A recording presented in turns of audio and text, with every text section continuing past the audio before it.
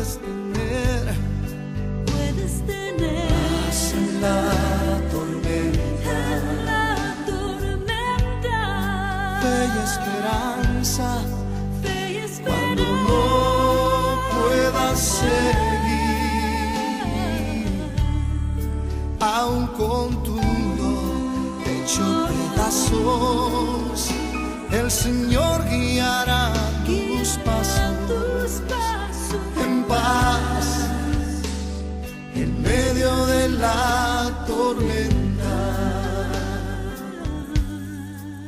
Saludos amigos, una vez más nos encontramos para estas reflexiones pastorales, a la vez que seguimos insistiendo para que nos ayuden suscribiéndose, compartiendo estas con otras personas para que llegue a más esta reflexión, esta escucha atenta e interiorizada de la palabra del Señor. Hoy escuchamos en la primera propuesta de lectura del libro de Job, en el capítulo 38. Job es un libro sapiencial o didáctico, donde nos enseña la sabiduría de ponernos en la mano de Dios. Dios que nos habla por encima de la tempestad. Dios que sobrepasa todo el poder del mal, de las fuerzas de la naturaleza, que a veces parecen desastres y no hay nadie que la pueda contener. Sabemos que el libro de Job pone a prueba al creyente que se fía de Dios y no puede explicar por qué ocurren una serie de desgracias en el mundo.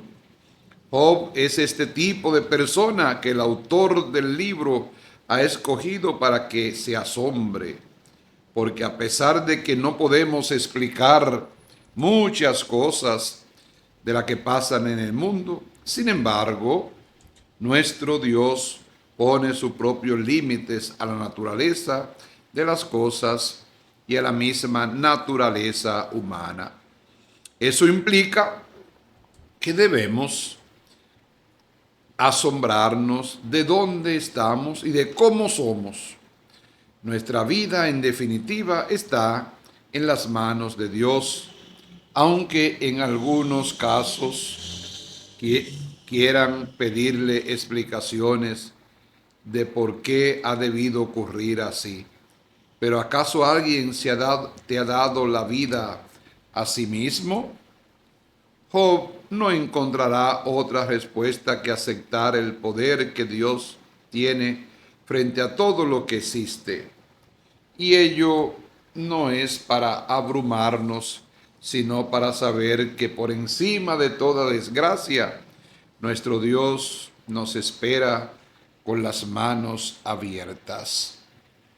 Continuamos leyendo la segunda carta a los Corintios, en el capítulo 5 del 14 al 15, 2 versos.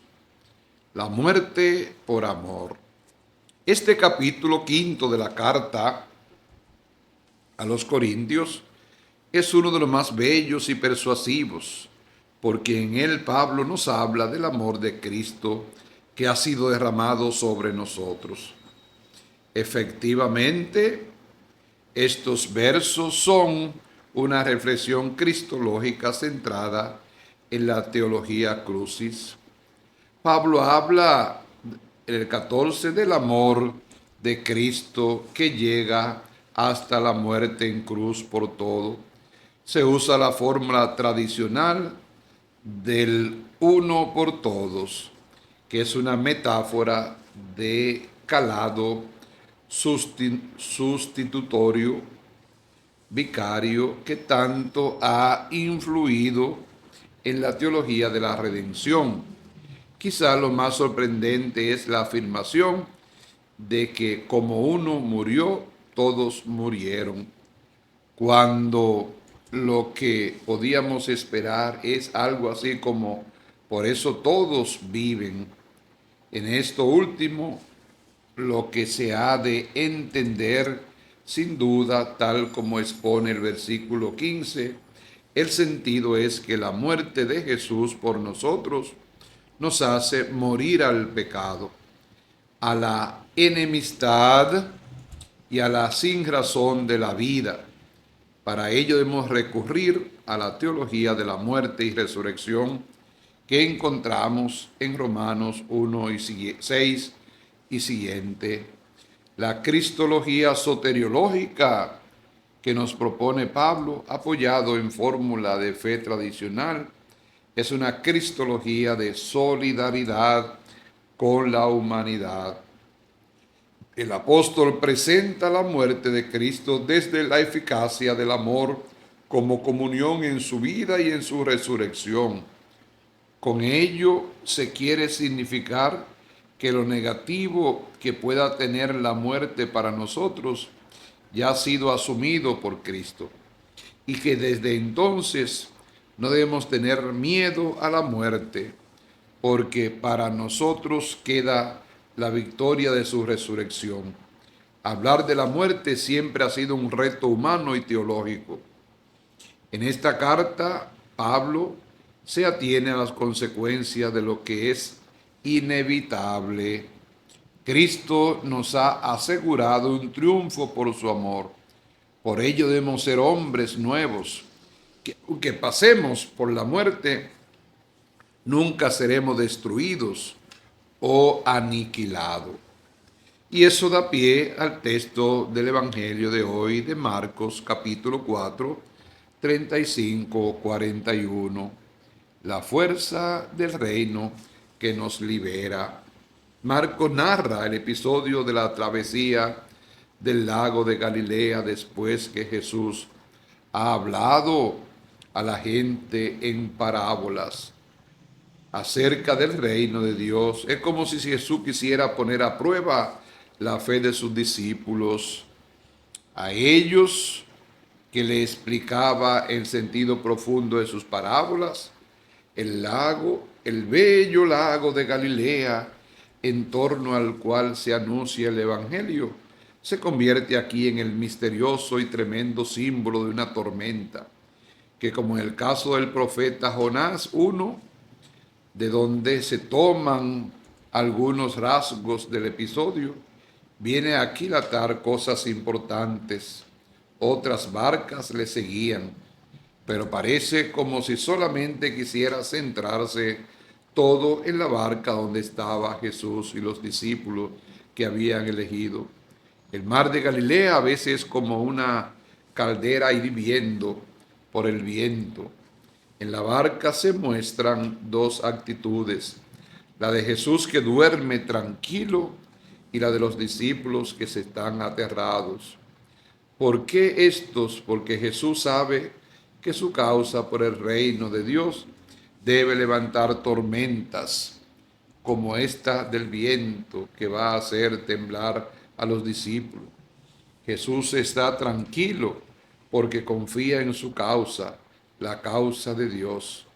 Es pues esta una escena pedagógica que pone de manifiesto una actitud y otra. Los discípulos son como Job y no se explican muchas cosas que ocurren en la vida. Llevándose del miedo, Jesús, que conoce la voluntad y el proyecto de Dios, se entrega a él con una gran serenidad porque sabe que ha de vencer, como de hecho sucede en su comunicación a la tormenta. Y de hecho sucede como su conminación a la tormenta. Los santos padres siempre interpretaron esta escena de la barca como una imagen de la iglesia que debía pasar por estos trances, pero que siempre encontraría a su Señor a su lado para otorgarle la serenidad de la fe, de aquella garantía que había dicho el Maestro: yo estaré todo el tiempo con ustedes hasta el fin del mundo. Y la puerta del infierno no prevalecerán sobre la iglesia y sobre su caminar en peregrinación. Que nosotros sepamos también encontrar paz en medio de la tormenta.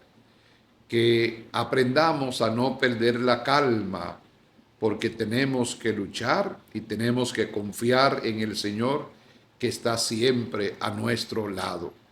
Feliz semana para todos. Puedes tener paz en la tormenta,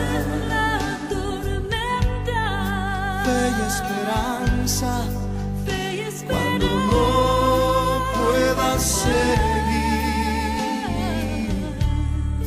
aun con tu mundo hecho pedazos, el Señor guiará tus pasos en paz en medio de la tormenta.